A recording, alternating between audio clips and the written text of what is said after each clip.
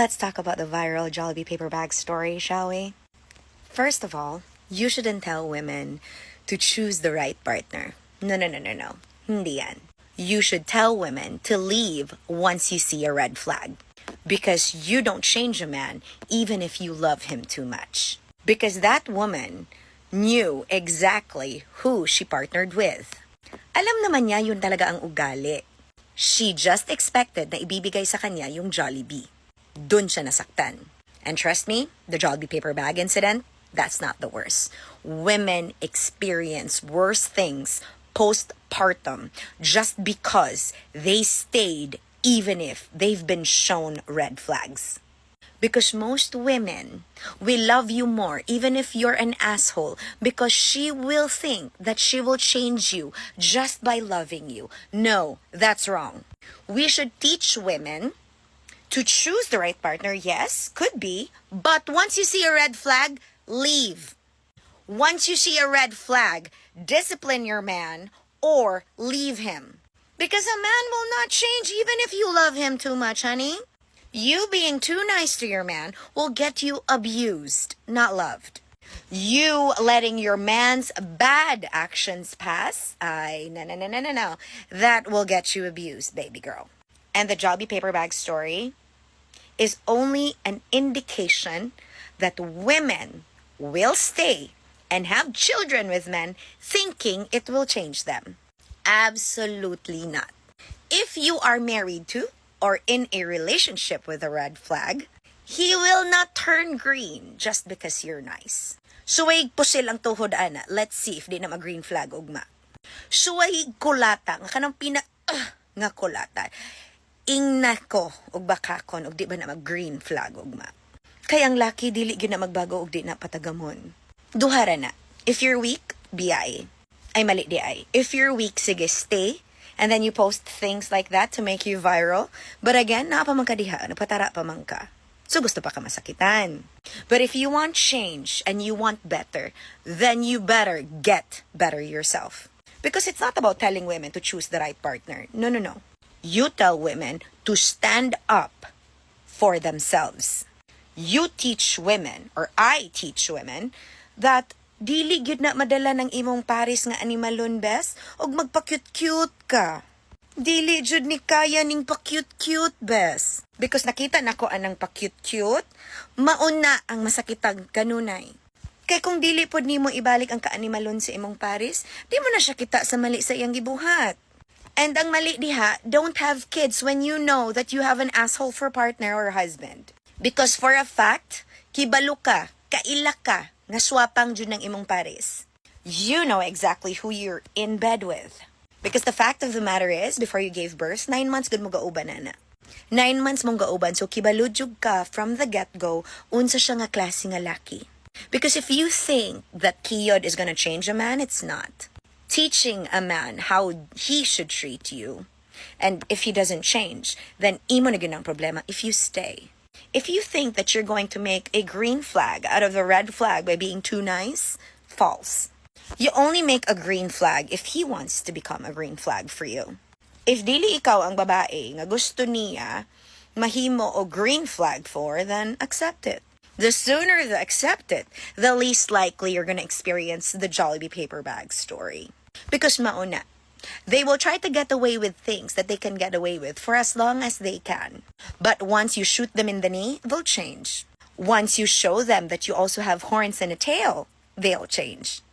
And if they won't change, then at least you did your part. At least you can sleep at night knowing that gipatas ni mo siya. Gitabla ni mo iyang kaanimalon. But the Jollibee paper bag story, if anything, it should teach us women that we cannot change our partners. We can only change ourselves. That's why I will never tell a woman to choose the right partner. No. You choose a partner. But once you see that he isn't for you, once you see that he's a red flag, then don't attempt to make him a green flag by being too nice. Kana magpahilak-hilak ka, magpa-post-post ka, nga kaluyan ka. No. Make him into a victim. Mirror the evil he does to you. And let's see kung kinsay di mabago. Or you can choose your peace and just leave. But stop thinking you can change a man, because no one can change anyone, because we don't control other people. We only control our reactions to what they do to us. So that's what I learned. When I see something my husband does that I don't like, I only tell him once that I don't like it. If I have to tell him twice, then it must mean that he's going to feel how I feel. Because that's how I am, because I like peace in my marriage. Although I'm very, very grateful that even if Ed and I, are like this, we're newly married and stuff like that, I am married to a guy that knows how to take care of me. Who knows how to take care of me, but does a much better job at taking care of Tony. But yes, not all of us is lucky. But my partner, my husband, is not perfect. But I make sure that in our marriage, whatever it is you do to me to make me feel bad, you're gonna feel how I feel. And if you're not gonna change, then bye. Because unsa ka paspas sa magpakasal, mausad ka paspas sa magpaanal, especially when I don't want to stay in situations that don't serve me, don't enrich me, and don't make me happy. And no, if you're gonna be an asshole to me, I'm not gonna be nice to you. If you want wifey privileges, you want little Miss Nice and wonderful and will follow everything that you want, then you better give me that energy. That's how it is in our marriage. Because I always tell him, I am only a reflection of how you treat me. I am a reflection of the energy that you put out. So if you want me to submit like a piece of paper, then you have to give me the energy that is worth submitting to. I don't care if I have to run the household. I don't care if I have to fund everything and work real hard. If at home, I am taken care of. If at home, I come home to a green flag. That's why when I read the Jollibee paper bag story, my first thought, she expected him to give her the meal. But you know exactly that the guy would not. Because you know exactly the asshole that you decided to be the father of your child. So now the decision is, are you going to show that child what kind of red flag they have for a father? Are you going to tolerate that your child can see? I don't know the gender of the child, pero if it's a guy, you're gonna want that man to raise your son to be an asshole like him? Or you want your daughter to see that this is how a man should treat a lady? So you are setting up your future child, your future daughter, to be abused by every single partner because you allowed it, because you welcomed it into your home.